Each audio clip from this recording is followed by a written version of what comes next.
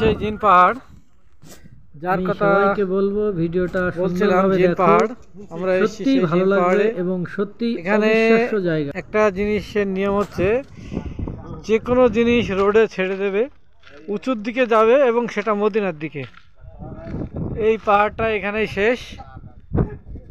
এই পাহাড়ের পাদদেশে এই যে দেখতে পাচ্ছেন, উটে চড়েও সওয়ারি করা যায়। এই যে উট রয়েছে।